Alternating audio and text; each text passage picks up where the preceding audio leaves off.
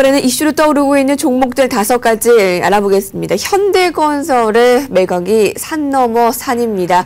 현대그룹주와 현대건설에 대해서 알아보도록 하고요. 양해각서 원천 무효를 외치고 나선 현대기아차의 주가 흐름도 짚어보겠습니다. 어제 상대적으로 선전했습니다. 워낙에 많이 빠진 감도 있었기 때문에 수혜감을 받았었던 철강주에 대해서 알아보고요. 어제 외국인들의 러브콜을 집중적으로 받은 셀트리온 5% 급등이었는데요. 살펴보도록 하고요. 테마주들이 활개를 치고 있습니다. 구제역 관련한 종목들 그리고 전기차, 테마주들의 대응 전략 알아보도록 하겠습니다. 현대건설과 그룹주의 주가가 롤러코스터예요. 네, 완전히 진흙탕 싸움을 벌이고 있습니다. 특히 이제 어저께 같은 경우에도 외환은행 단독으로 MOU 체결했다, 아니다, 말들이 많이 나오고 있고요. 문제는 이제 이거죠. 현대그룹의 지금 일부 언론이나 현대차에서 지적하는 대로요. 어떤 프랑스 쪽의 자금 출처를 정확히 제시하지 못할 경우 언제라도 MOU 자체를 또 취소할 수 있다. 이런 얘기도 좀 보도가 나오고 있습니다. 정말 진실이 뭔지 아무도 모르는 구간인데요.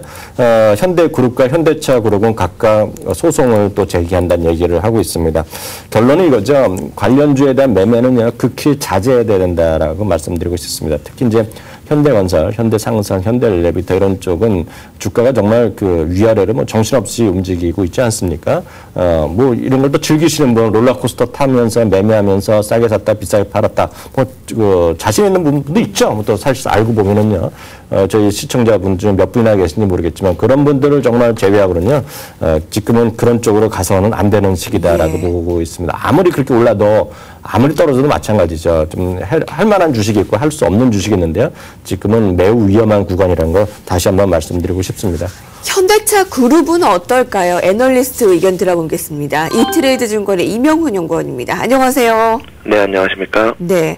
현대건설이 이제 현대그룹과의 MOU를 체결하면서 어제 현대차 그룹은 상승 반전됐는데 하지만 소송전으로 나타내면서 앞으로의 주가 향방이 굉장히 궁금합니다. 현대기아차 그룹의 향방은 어떻습니까? 사실 이게 MOU 체결되면서 지난 7월 이후로 좀 현대건설 관련된 이슈로 좀 압박받았던 부분이 있다면은 그 부분이 이제 상승하는 형태로 나타나야 되는데 이제 시장에서도 그렇게 반응을 하지 못한 걸 보면 아직도 좀 불확실성이 남아있다라고 인식을 하고 있는 것 같고요. 그래서 일단 현대건설 관련된 이슈를 가지고서는 특별히 사실 전략을 말씀드리기가 어려울 정도로 아직은 좀 불확실성이 큰 상황이라고 볼 수 있겠습니다. 역시 한 번에 결정을 내리기가 쉽지가 않은 상황이군요. 네, 그렇습니다. 이제 하루 이틀 되면은 11월에 판매 실적도 나올 텐데 그것에 대한 전망은 어떻습니까? 11월 판매 실적은 굉장히 좋을 것으로 지금 예상을 하고 있습니다. 일단 성수기인데다가 글로벌 재고 계속 부족한 상황이고요. 그래서 생산하고 수출하고 계속 좀 극대화돼야 되는 그런 부분이 있습니다. 근데 이제 현대차 같은 경우는 비정규직의 파업 영향 때문에 일부 조금 영향이 있을 것으로 보고 있는데요. 기아차는 또 사상 최대 판매 11월에 기록할 것으로 또 예상하고 있고요. 그래서 11월 판매는 종합적으로 굉장히 좋을 걸로 예상하고 있습니다. 네. 지금 그럼 자동차에 대한 투자 의견 어떻게 가지고 계십니까? 매수입니까? 아니면 지금 중립입니까? 아니면은 조금 더 보수적인 관점입니까? 계속 4분기 실적도 그렇고 내년도 그렇고 실적에 대한 전망은 계속 좋습니다. 그래서 계속 매수 의견을 드리고 있고요. 다만 이제 최근에는 파업도 그렇고 현대건설도 그렇고 이제 불확실성이 조금 있기 때문에 좀 보수적으로 투자하시는 분들께서는 일단은 좀 지켜보자. 불확실성이 좀 해소되는 구간을 좀 지켜보자라고 말씀을 드리고 있고요. 오히려 적극적인 투자자들 같은 경우에는 이런 이슈들 때문에 펀더멘털에 관계없이 좀 주가가 눌려있을 때는 좀 공격적인 매수 기회로 볼 수도 있겠습니다. 이트레이드 증권의 이명훈 연구원이었습니다. 감사합니다. 네, 감사합니다. 철강주가 그동안에 워낙에 많이 소외를 받았어서요. 이 정도의 반등은 거의 기술적 반등으로 이해를 해야 하나 궁금합니다. 철강주 어제 좀 올랐는데 선박했는데 흐름 어떻습니까? 철강주는 앵커께서 지금 말씀하셨던 대로 정확하게 지적을 하신 거라고 저는 봅니다. 두 가지 이유가 있겠죠. 어떤 수구로 보면은요, 프로그램 매매를 하는 사람 입장에서 보면 앞서도 말씀드렸던 말씀드렸다시피 20에서 30개고요. 거기는 당연히 시가총액 상위 주식이 그냥 차례로 들어갈 수밖에 없습니다. 그렇기 때문에 어떤 프로그램 매수가 많이 들어왔다 하면은요, 결국은 포스코가 상위 한 5위 정도 안에 들어가는 것은 분명하죠. 어저께 초반만 하더라도요, 프로그램 매수 뭐 2위권, 3위권, 뭐 당연히 1위는 뭐 현대 삼성전자가 차지하는 것이고요. 그럼 이제 그 반대의 경우죠. 프로그램 매수한 쪽으로 들어오는데 파는 사람이 적은 주식은 올라가는 것이고요. 파는 사람이 많으면 올라가지 못하겠죠.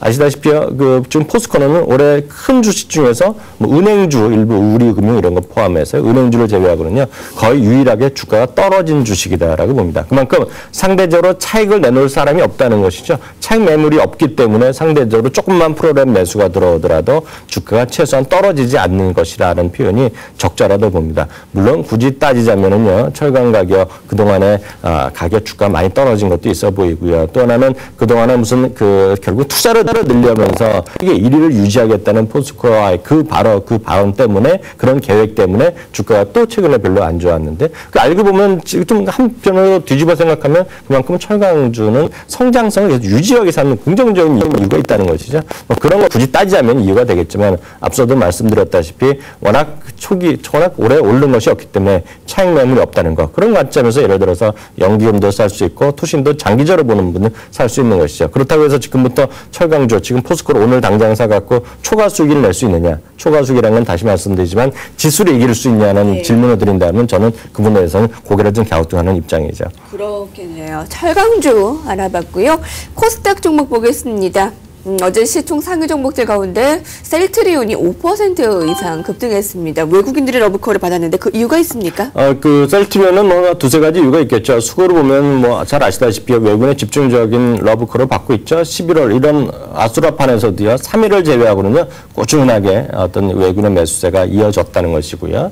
뭐 인도네시아에서 임상허가 받았다는 것도 뭐 주요 이슈가 되겠지만, 그거보다는 이제 장기적으로 봤을 때는요, 셀트리온의 지금 영업이익률이 말이죠, 작년에 45%, 지금 올해는 지금 9월까지 보면 65% 수준이 나오거든요. 정말 대한민국에서 이런 회사 찾기 쉽지 않고요. 전 세계적으로도 이렇게 영업이익률 높은 회사가 찾기 쉽지 않죠. 그만큼 바이오 시밀러의 선두주자라는 것이고요. 또 어저께 보면 이제 회사 측에서 이제 지주회사 체제로 간다는 것인데요. 뭐 크게 뭐 주가 영향 미친 건 하나도 없지만은요, 코멘트들을 나오는 거 보면 오늘 벌써 현대증권에서 코멘트가 나왔는데요. 투명성 의료도 제고진다. 좋은 긍정적 의견을 유지한다. 했고요. 참고적으로 지금 이 회사의 지금 주가는 38,000원 수준까지 올라왔네요. 32,300원까지 와 있는데요. 목표 주가는 38,000원에서 40,000원까지가 최근 11월 이후에 증권가의 목표치이기 때문에 그 정도 우리 시청자분들 참고하시면 좋겠습니다. 네. 마지막으로 테마의 흐름 보겠습니다. 어제 안동 돼지농가에서 구제역 확진을 받았습니다. 구제역 관련주들 가지고 계신 분들은 구제역이 확산되기를 좀 바랄 수도 없고요. 전쟁 관련주 가지고 계신 분들은 전쟁 더 활발해지기를 바라는 것도 아니고, 참 테마주 가지고 계신 분들 대응 전략 쉽지 않습니다. 이분도 다시 한번 말씀드리겠습니다. 어저께는 철도주라든가요, 이런 것들 좀 또 떨어졌는데요. 뭐 브라질에서 뭐 입찰을 연기한다는 얘기도 나오고, 또 지난주만 하더라도 뭐 입찰이 뭐 됐다 안 됐다 뭐 얘기 나오는 정도인데요. 좀 자제해야 된다 생각하고 있습니다. 어저께도 전기차 주식이 올랐는데요. 전기차에서 어저께 기존의 전기차 테마주를 또 반짝하는 모습을 보여주었는데요. 전기차 얘기 나올 때마다 반복적으로 말씀드리는데요. 우리는 해서 전기차가 활발해지기 위해서는요, 명확하죠. 삼성 자동차, 대우 자동차도 중요하지만 결국 현대 기아차가 언제 양산차를 나오느냐가 중요한 것 같습니다. 그것이 바로 2012년, 13년이 되겠는데요. 그런 관점에서 보셔야 될 것 같고요. 기존에 지금 전기차 테마로 올 초, 작년부터 올해 초 엄청나게 움직였던 주식들의 지금 현재의 모습 보시면은요, 시청자분들 그냥 제 말씀의 뜻을 이해하실 것 같습니다. 구제역 말씀드리면요, 구제역 어저께 뭐 주가 좀 올랐죠. 그렇지만 그런 구제역이 정말 확산돼서도 안 되는 것이고, 정말 판단하기가 도덕적으로 쉽지 않습니다. 이 얘기를 오늘 드리고 싶습니다. 주식은요, 머니게임으로 이해하시면 안 된다. 지나치게 머니게임이 안 되겠죠. 안정성과 수익성, 성장성을 골고루 갖춰야 되는 것이 주식인데요. 지금 웬만한 테마주는요, 성장성을 갖다 붙이지만 그것도 숫자는 없는 뉴스일 뿐이다라는 얘기죠. 극히 좀 자제해야 될 시기라는 것 다시 한번 확인드리고 싶습니다. 네, 저희 종목들 살펴봤습니다.